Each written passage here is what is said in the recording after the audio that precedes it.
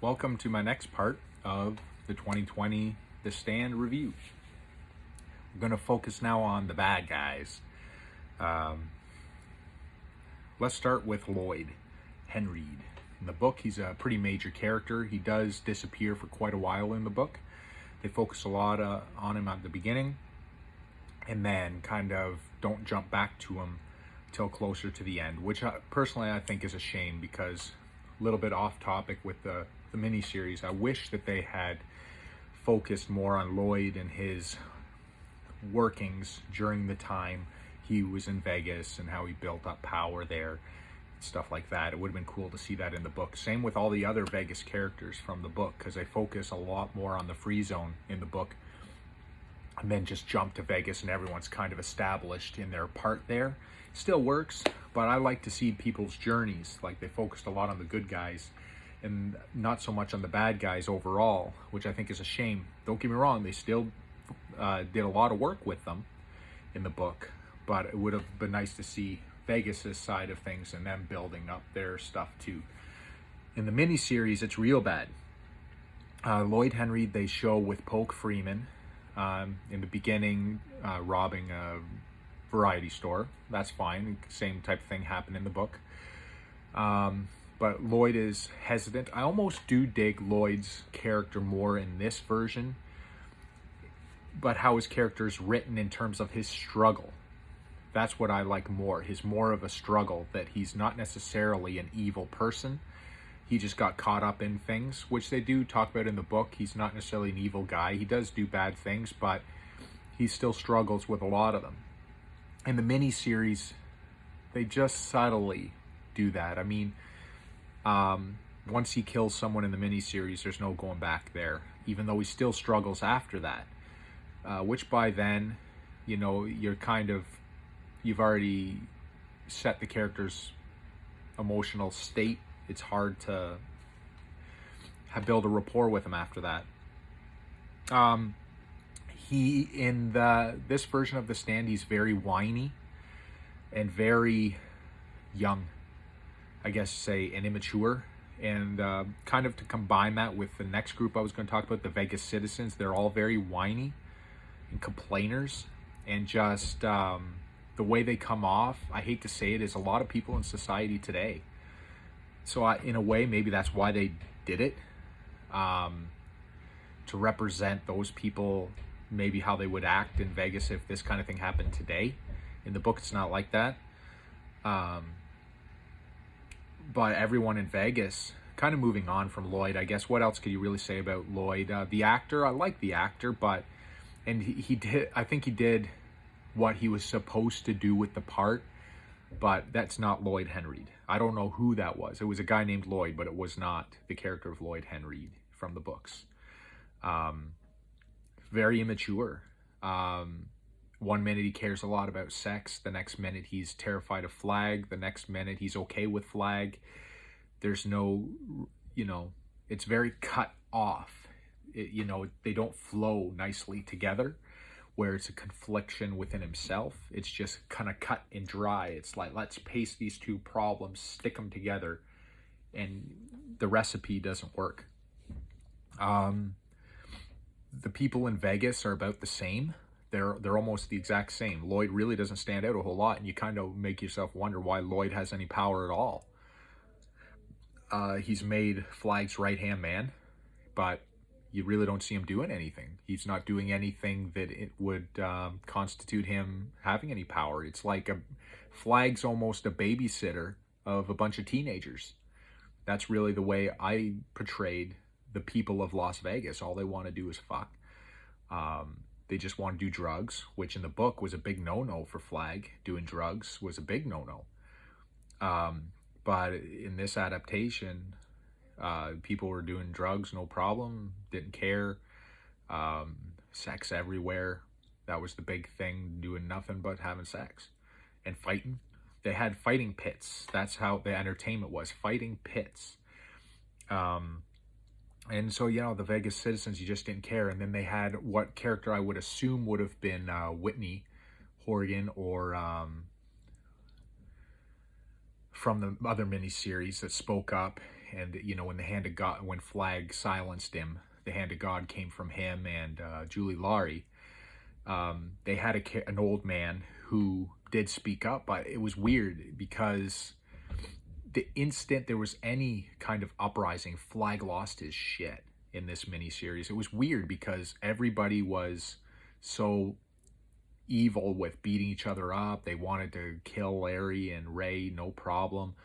They're just kill them all kind of thing. And then Larry says, "I will fear no evil." And then he says it like 3 times. And then a random person from the crowd said, "I will fear no evil." And then Flag lost his shit on them. It's like, really? Like, I understand they're trying to get the fact that Flag is nothing, which he is, but at the same time, the way they displayed it, he was always nothing. Like, they didn't give you that sense of mystery and mystique and potential power that, to give the fear to the people. He really didn't display that. And that's more of Flag's character, which I'll get into. Might as well get into that now. They miscast Flag.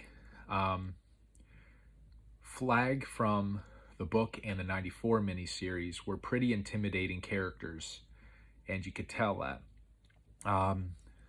I wish I looked up the actor's name who portrayed Flag in the 94 miniseries, because I think he did a pretty good job portraying Flag. The smile, the look on him, and the way he held himself. Now, I know the actor that portrayed Flag in the 2020 miniseries seemed to try to do that. Just didn't come off right. He didn't seem menacing at all. He didn't seem intimidating at all. He floated, which was cool. He floated quite a bit, which he does in the book too. But that was the extent of his power. He shape-shifted once in the 2020 miniseries, and that's when he's raping Nadine. But even then, he only looked like a burnt to a crisp guy. He didn't look like a demon like he did in the 94 miniseries.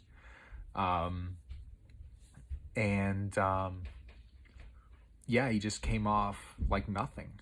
And I know in the end, he probably is supposed to look like he's nothing.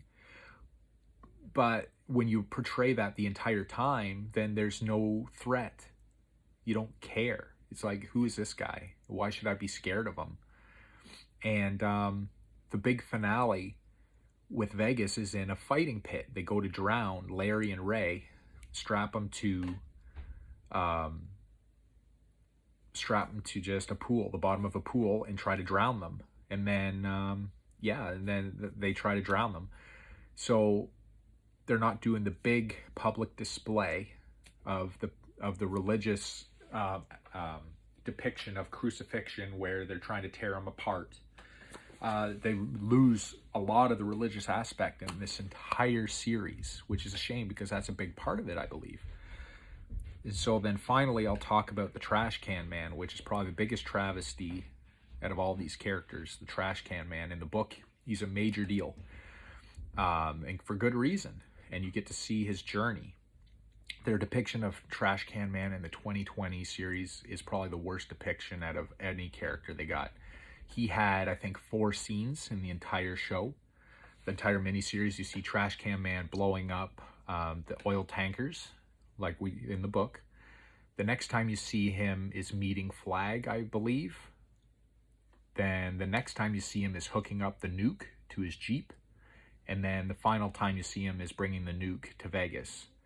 And they bring it to the, I think the Hell's Kitchen restaurant that's there, Inferno, is where they did it. So everything's inside. The people of Vegas, they look like they only have about 100 people in the entire city. That's the way they make it look like, that there's only about 100 people in Vegas. They're always shown 99% of the time in that underground place. And I don't know if that's a budget constraint that CBS had.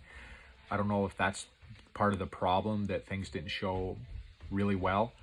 And before I forget, they made it seem like Vegas and Boulder were very close to each other. There didn't seem any kind of a reason why Flag just wouldn't take a bunch of people over to wipe out the Boulder Free Zone. There was no threat of weather because of the time of year. They really didn't focus on that at all, that aspect. So there's really no you know, if you think about it, it's like, well, why didn't Flag just go over there and wipe them out? There was nothing stopping him like there was in the books. They talk a little bit about the airfield, but not a lot at all.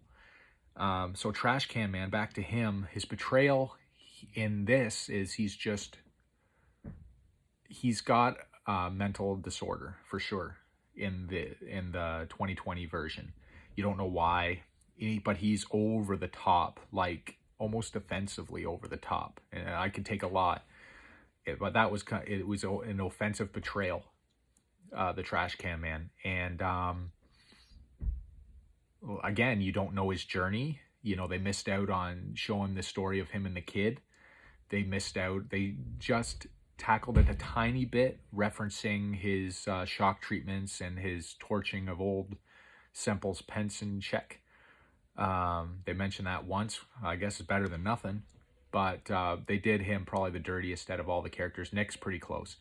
But Trash Can Man was almost a slap to the face of anybody that's a fan of The Stand.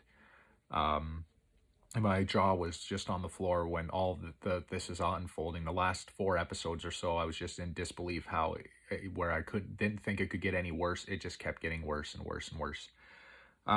So that's the end of this part. I'm gonna finish up by talking about the final episode and any other point that crosses my mind that I've forgotten. So here we go.